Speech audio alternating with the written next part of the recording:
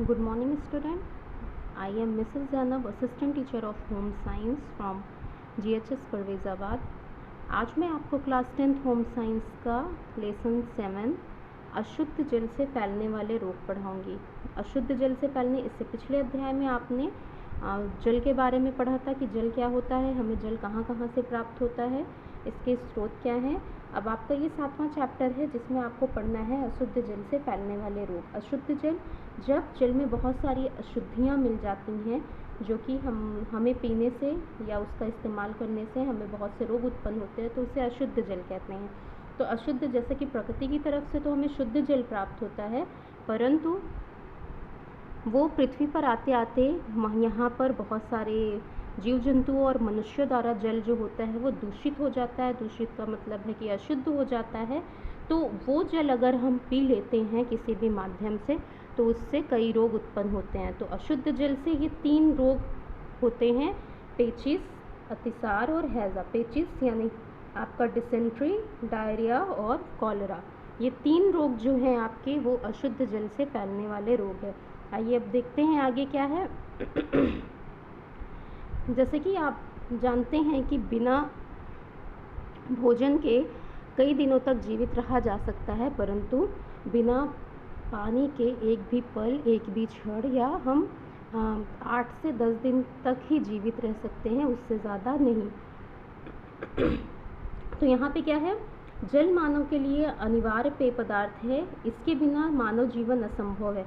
उत्तम स्वास्थ्य और उचित शारीरिक वृद्धि के लिए पेय जल शुद्ध और जीवाणु मुक्त होना चाहिए। यानी कि अगर हमें अपना स्वास्थ्य अच्छा रखना है और शारीरिक वृद्धि, अपने शरीर की वृद्धि के लिए हमें किस प्रकार का पेय पदार्थ पीना चाहिए? शुद्ध जल और जीवाणु मुक्त, यानी कि उसमें कोई भी जीवाणु ना हो। तो इस प्रकार के या रासायनिक पदार्थ ना हो, विषैले रासायनिक पदार्थ भी हमारे अगर पानी के माध्यम से हमारे शरीर में प्रवेश कर जाते हैं तो वो क्या होते हैं, हमारे शरीर में पहुंचकर अशुद्ध जल के होने से ये बहुत सारे रोग उत्पन्न कर देते हैं। और ये इसके रोग, अशुद्ध जल के सेवन से अनेकों रोग उत्पन्न हो जाते हैं। रोगों के रोगाणु जल के माध्यम से मनुष्य के शरीर में प्रवेश कर जाते हैं। तो ये एक माध्यम होता है, या आपका भोजन के द्वारा या जल के द्वारा या अशुद्ध वायु के द्वारा, इन तीनों के माध्यम से क्या होता है, हमारे शरीर में जो रोग के रोगाणु होते हैं वो प्रवेश कर जाते हैं, चाहे वो जल का माध्यम हो, चाहे वो भोजन का माध्यम हो, या तो वो आपका वायु के माध्यम से जो हम सांस लेते हैं उसके द्वारा। अगर कोई भी रोग के रोगाणु अगर हमारे शरीर में प्रवेश कर जाते हैं तो वो अपने उद्भवन काल के अंतर्गत क्या करते हैं, मनुष्य को रोगी बना देते हैं। जल के माध्यम से फैलने वाले रोग को हम क्या कहते हैं? जल संवाहित रोग कहते हैं। जो रोग हमारा जल के माध्यम से, अशुद्ध जल के माध्यम से फैलता है, उन रोगों को जल संवाहित रोग कहा जाता है, क्योंकि ये जल के द्वारा फैले हैं। तो जिसमें से आपको जल द्वारा मुख्य रूप से कौन कौन से रोग होते हैं? पेचिस, हैज़ा और टाइफाइड। आपके बुक में ये 3 ही आपको अशुद्ध जल से फैलने वाले रोग पढ़ना है, जिसमें पेचिस, अतिसार और हैजा है। तो सबसे पहला आपका आता है पेचिस। पेचिस यानी कि जिसे हम डिसेंट्री कहते हैं। अब आइए देखते हैं पेचिस है क्या। पेचिस किसे कहते हैं? पेचिस या आंव जल से फैलने वाला एक साधारण संक्रामक रोग है जिससे पेट में ऐंठन होती है और बार बार दस्त आने लगते हैं। दस्त के साथ साथ लिपलिपा, चिकना, श्लेष्मा और कभी कभी रक्त भी आता है। पेचिस किसे कहते हैं? ये इस एक प्रकार अशुद्ध जल से फैलने वाला रोग है। इसमें क्या होता है, आपके पेट में ऐंठन यानी दर्द होती है और बार बार दस्त यानी कि लूज मोशन, बार बार लूज मोशन होने लगते हैं, पॉटी जाएंगे और उसके बाद उसी लूज मोशन में आपका क्या होता है, रक्त यानी कि ब्लड आने लगता है। अगर इस तरीके से आपका लूज मोशन होता है तो आप समझ जाएंगे कि हमें क्या है, पेचिस यानी कि डिसेंट्री हुआ है। तो ये पेचिस होता है। ये आपकी 2 प्रकार की होती है। पेचिस आप नॉर्मली नाम सुने होंगे कि पेचिस, बस पेचिस सुनते हैं, पर ये आपकी 2 प्रकार की होती है, एक एमेबिक और दूसरी होती है बैसिलस। ये 2 प्रकार की आपको पेचिस पढ़ना है। एमेबिक क्या, ये एमोएबिया नामक रोगाणु द्वारा फैलती है। एमेबिक पेचिस जो होती है उसके रोगाणु का नाम क्या है? एमोएबिया। रोगाणु के द्वारा जो पेचिस होती है उसको एमेबिक पेचिस कहते हैं, और जो बैसिलस नामक रोगाणु द्वारा फैलती है उसे क्या कहते हैं? बैसिलस पेचिस कहते हैं। तो ये आप जितने भी रोग हैं उनके रोगाणुओं के नाम आप याद करेंगे। ये बहुत ही इम्पॉर्टेंट है आपका जनरल नॉलेज के लिए भी, और आगे आपके क्वेश्चन में भी, एग्ज़ाम में भी पूछे जाते हैं। तो ये ज़रूर याद रखिएगा कि कौन से रोगाणु, जो रोग हैं वो किस रोगाणु के द्वारा फैलते हैं। जैसे अभी आप लोग कोरोना वायरस सुन ही रहे हैं, ये भी एक प्रकार का वायरस है, ये आपका रोगाणु है, जीवाणु है। ये 2-3 प्रकार जो होते हैं, तो इसको आप याद रखेंगे। तो एमोएबिक जो पेचिस होती है वो 2 प्रकार की होती है, एमोएबिक और बैसिलस। इन दोनों, अगर एमोएबिया नामक रोगाणु द्वारा फैली तो उसे एमोएबिक पेचिस कहेंगे, अगर बैसिलस के द्वारा फैली तो उसे बैसिलस पेचिस कहेंगे। ठीक है, तो ये आप याद रखेंगे। तो 2 प्रकार की ये पेचिस हो गई, ये पेचिस के रोगाणु हैं, इस तरीके से उसका स्ट्रक्चर होता है। अब है पेचिस का उद्भवन काल। उद्भवन काल किसे कहते हैं? इस रोग के लक्षण संक्रामण के 1 से 2 दिन तक प्रकट होने प्रारंभ हो जाते हैं। उद्भवन काल उसे कहते हैं जब कोई भी रोग के रोगाणु हमारे शरीर में प्रवेश करने के जितने दिन के बाद आपके उस अपने लक्षण जो होते हैं वो प्रकट करते हैं, उसे उद्भवन काल कहते हैं। जैसे कोई भी रोगाणु, अगर पेचिस है तो पेचिस के रोगाणु का उद्भवन काल क्या है? 1 से 2 दिन। यानी कि अगर ये हमारे शरीर में पहुंच गए इसके रोगाणु, तो ये जैसे ही पहुंचेंगे वैसे ही पेचिस होने नहीं लगती है। आपका ये 1-2 दिन लेते हैं, आपके शरीर में 1-2 दिन के बाद ये अपना लक्षण प्रकट करेंगे और पेचिस होगी। तो इस तरीके से उद्भवन काल उसी को कहते हैं कि जो रोग के रोगाणु हमारे शरीर में प्रवेश करने के बाद जब अपना लक्षण प्रकट करते हैं तो वो उनका क्या होता है? उद्भवन काल होता है, प्रोबेशन पीरियड। जैसे कि अभी आप रिसेंटली कोरोना वायरस जानते ही हैं, इसका आपका क्या है? 14 दिन है, इसका उद्भवन काल 14 दिन है। यानी कि अगर आपके शरीर में कोरोना वायरस जो है, इसका वायरस पहुंच जाता है तो वो आपके 14 दिन के बाद लक्षण प्रकट करता है। आपने ये अभी इतना फैला है, अभी चल रहा है, आपने सुना होगा, तो वही उसका क्या हुआ? उद्भवन काल हुआ 14 दिन का, कि यानी आपके शरीर में प्रवेश करने के 14 दिन के बाद वो अपना लक्षण प्रकट करता है। तो उसी को उद्भवन काल कहते हैं। यानी रोग के रोगाणु जब आपके शरीर में प्रवेश करेंगे, उसके बाद जब वो अपना लक्षण प्रकट करेंगे, शरीर में प्रवेश करने से लेकर लक्षण प्रकट करने तक के टाइम पीरियड को क्या कहते हैं? उद्भवन काल कहते हैं। तो ये याद रखिएगा। तो पेचिस का उद्भवन काल कितना होता है? 1 से 2 दिन। 1 से 2 दिन के बाद वो अपना लक्षण क्या करते हैं? प्रकट कर देते हैं और पेचिस फिर होने लगती है। अब इसके कारण क्या है? पेचिस कैसे होती है? यह रोग मुख्यतः मक्खियाँ फैलाती है। रोग के मल में पाए जाने वाले रोगाणुओं को मक्खियाँ मल पर बैठकर अपने पैरों में चिपका लेती हैं और उन्हें खाद्य एवं पेय पदार्थों पर छोड़ देती हैं।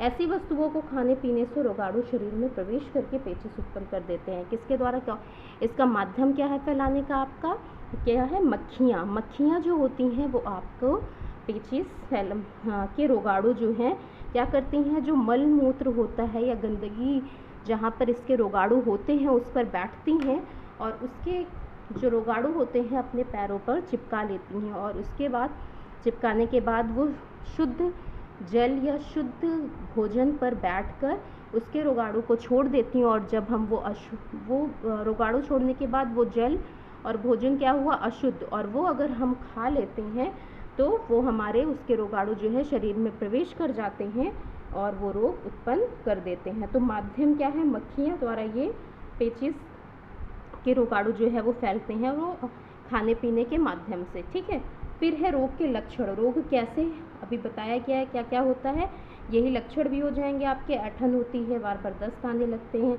और दस्त के साथ लिपलिपा आपका चिकना श्लेष्मा और कभी कभी रक्त भी आने लगता है। तो ये आपके लक्षण हैं। लक्षण भी लिखने हैं कि रोग के लक्षण क्या है, कैसे पता चलता है कि पेचिस हुई।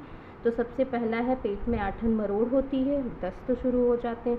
दूसरा क्या है? आंतों की झिल्ली में घाव कर देते हैं। इतने दस्त होते हैं और ऐंठन के साथ होती है कि आपका जो आंत होती है उसकी जो झिल्ली में उसमें घाव हो जाते हैं, और मल के साथ क्या आता है? रक्त आने लगता है। फिर बैसिलरी जीवाणु से होने वाली पेचिस में ज्वर भी हो जाता है। यानी मैंने जो आपको बताया था ना, बैसिलस, इस प्रकार की जब पेचिस होती है तो उसमें क्या होता है? ज्वर। ज्वर का मतलब होता है क्या? आपको बुखार भी आ जाता है। फिर अधिक समय तक रोगग्रस्त रहने पर मल के साथ रुधिर आने लगता है। अगर बहुत दिन तक अगर ठीक नहीं होता है तो वो ऊपर भी बताया गया है रुधिर। रुधिर का मतलब रुधिर, रक्त, ब्लड वही चीज़ है। तो ब्लड आने लगता है। तो ये लक्षण है कि ऐंठन होती है, दस्त शुरू हो जाते हैं, झिल्ली में घाव कर देते हैं, रक्त आने लगते हैं। अगर बैसिलस आपकी रोगाणु द्वारा पेचिश है तो वो आपका ज्वर भी आ जाता है, रुधिर आने लगता है अधिक, हड्डियों में तेज़ दर्द होता है जो महीनों तक चलता है। एक ये भी लक्षण है पेचिश के कि क्या होता है, हड्डियों में जो होता है वो आपकी हड्डियों में दर्द होने लगता है जो कि काफ़ी दिनों तक चलता है। ठीक है, तो ये आपके लक्षण हो गए पेचिश के। अब है रोग से बचने के उपाय, हमें क्या करना चाहिए, यानी कारण क्या था, अशुद्ध जल अगर था तो उपाय भी यही होगा कि हमें इन सब चीज़ों को ध्यान रखना चाहिए कि क्या होना चाहिए। रोगी को सबसे पृथक और स्वच्छ तथा खुले स्थान में रखना चाहिए जिससे उसे पर्याप्त मात्रा में शुद्ध वायु मिल सके। अगर जिसे पेचिश हुई है तो उसे अलग खुली जगह पे रखें जिससे कि उसे शुद्ध वायु यानी ऑक्सीजन मिल सके। रोगी के मल के निसंक्रमण करने तथा जलाने का उचित प्रबंध अत्यंत आवश्यक है। उसके मल मूत्र को निसंक्रमण कर दिया जाए या कहीं गड्ढे वड्ढे में करके या किसी तरीके से निसंक्रमित कर दिया जाए जिससे कि दूसरे व्यक्ति को न फैल सके, क्योंकि रोगी के मल में ही रोगाणु रहते हैं। भूल कर भी